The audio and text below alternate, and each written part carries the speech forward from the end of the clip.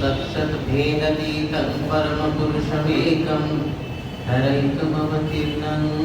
निखिलमानवकुलं धृतसहजसमाधि मदन्धघनमूर्तिं प्रेमविगलितचित्तं विश्वगुरुं तं नमामि। प्रणमामि लक्ष्मीमाता तुलसीरूपधारिणी अनुकूलशक्तिरूपा विश्वानन्दविधायिनी ऋषि सम्पूजिता देवी पुरुषोत्तमसङ्गिनी जगत्कल्याणमयी मा श्रीमहालक्ष्मी नमस्तुते। ब्रह्ममार्गप्रदर्शकं प्रेमभक्तिविनायकं शान्तिस्वस्तिविधायकं आचार्यप्रवरं नौमि। परमाराध्य विश्वकल्याणमयी जगज्जननी महालक्ष्मी जुगचर्चिते परम पूज्य प्रार्थना आज स्थलाचित्र आचार्य सभी प्रणाम। इष्ट परिवार परण्य ऋतिक मंडली परण्य अध्यक्ष जाजक कर्म मंडली प्राण इष्टकर्ता मंडली स्नेहमय कल्याणमय मातृ मंडली आदरणी पिला माने समस्त आज सत्संग यथारथ्य आरोग्य जय।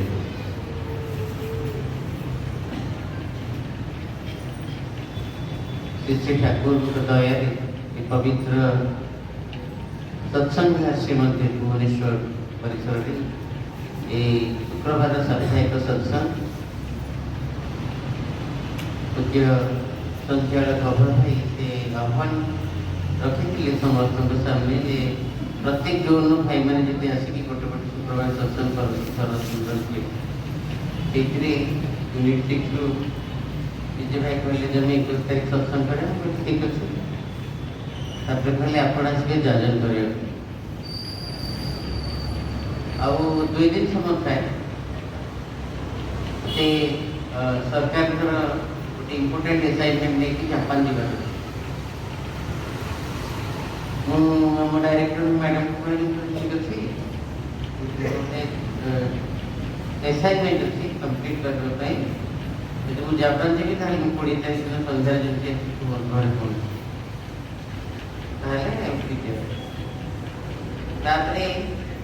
पुणी मत विजय भाई आशा आशंका पचारे कौन कर सत्संग जापान जावाई वीसा नहीं जाए टिकेट प्रिपेयर कर किंतु मु 20 तारीख पहुँच 21 तारीख दिन सत्संग जॉइन कर आज सका विजय भाई पुणी फोन कले कहे कौटे अच्छे रात 1 आसी पहुँची जाए भुवनेश्वर बिकज कमिटमेंट रखी ठाकुर को सत्संग ठाकुर सत्संग विभाग श्रीमंदिर गोटे अनुष्ठानिक पर्व ये सत्संग हमको समस्त भाग नबार अच्छे कारण से वास्तव मंगल अच्छे तो कथा कहते पूज्य लिंगराज भाई सूचना वीर कथा को कहते बोली गोटे ठाकुर गोटे संज्ञा वीर संज्ञा से सुलभ जहाँ अंडरस्टैंडिंग अच्छी जहाँ विचार कर बोध विचार भितर वीर 3टा क्यारेक्टर कथा कही सत्यानुसरण लिखुं विश्वास आत्मत्याग निर्भरतार कथा कही ठाकुर तक विस्तृत भाव व्याख्या कहते कथा कर्मे श्रेष्ठ स्वार्थी उद्देश्य अमोघ गति शास्त्रै निपुणार्थे पटु स्वार्थे शिथिरते एगुड़िक सबु देव लक्षण देखिब चरित्रे जार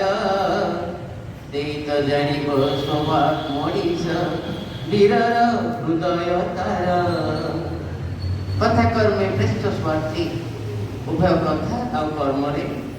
जे इष्ट प्रतिष्ठापन से होती वीर। उद्देश्य अमोघ गति ये जीवन उद्देश्य कौन ये जीवन उद्देश्य ईश्वर प्राप्ति ये ईश्वर प्राप्तिर महान उद्देश्य को अमोघ गति अप्रतिहित भाव पालन करती से होउछन्ति वीर। ठाकुर कहते पवित्र पुण्यपुत्र जानिछ सबुदिन शारीर को शिखा हुए हे रूप चक्रधर पक्षी जन्म पार कर हे चक्रधर किंतु जिते पीड़ाटी आसे सारी ऊपर को झाप दिए सारी से रूप चक्रधर पक्षी जन्म पार कर कहवा कथा भूली जाइए बिराड़ी रूप को धारण कर प्रभुंर रूपटा रूप चक्रधर रूपटा छाड़ी देकी कहे टियाओ टियाओ और से सारी को बिराड़ी छाड़ी शारीर किंतु से ईश्वर प्राप्ति हो पारे ना से रूप चक्रधर पक्षी जन्म पार कर कही जीवन शेष समय से प्रभु को पाई पारे ना से मार्जार रूप दर्शन कर त्याग कर पुणी एक रूप धारण करे जं जं वापि स्मरन् भाव त्यजन्त्यते कलेवरं तं तं मे प्रति कौन्तेय सदा तद्भाव भावितं जो भाव धरी मनुष्य शरीर त्याग करे से भाव धरी कि पुनर्जन्म लाभ करे चैतन्य महाप्रभु सुंदर कथा कहते कृष्ण दर्शने तोरे संसारे आसिल मिथ्या माया बद्ध सबु भूले गेल कृष्ण दर्शने तोरे संसारे मिथ्या माया बद्ध सब भूले गेल दिवा गेल दुखे सुखे रात्र गेल नीते दिवा गेल दुखे सुखे रात्र गेल नीते राधा कृष्ण चरणार बिंदे कृष्ण नाम बिने गोविंद नाम बिने विफल मनुष्य जन्म हये दिने दिने कृष्ण नाम बिने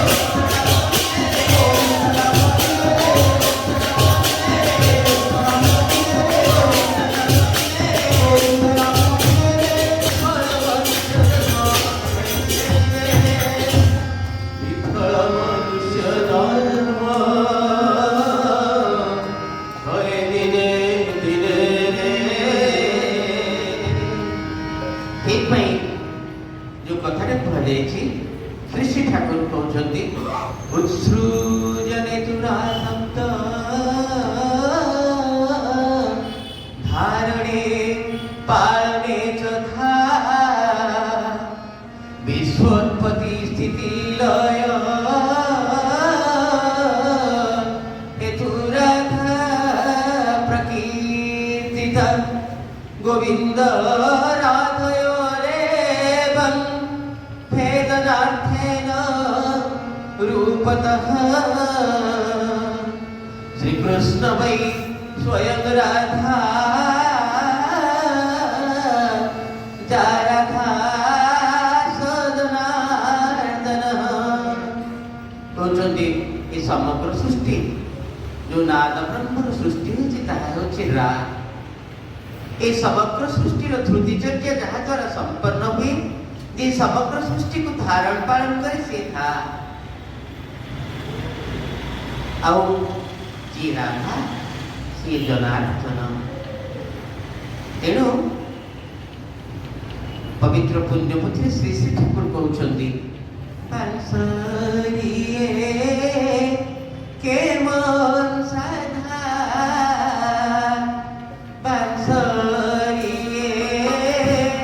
के मन साधा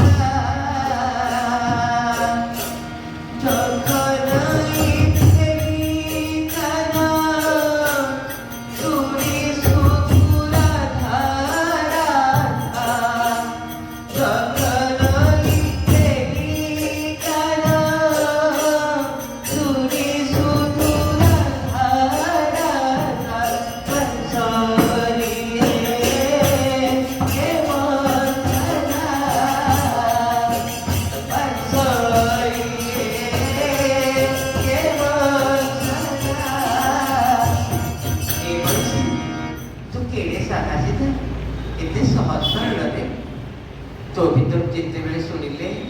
से राधा नाम छुड़ा आउ तो किसी बाहर नेले धन्य बंशी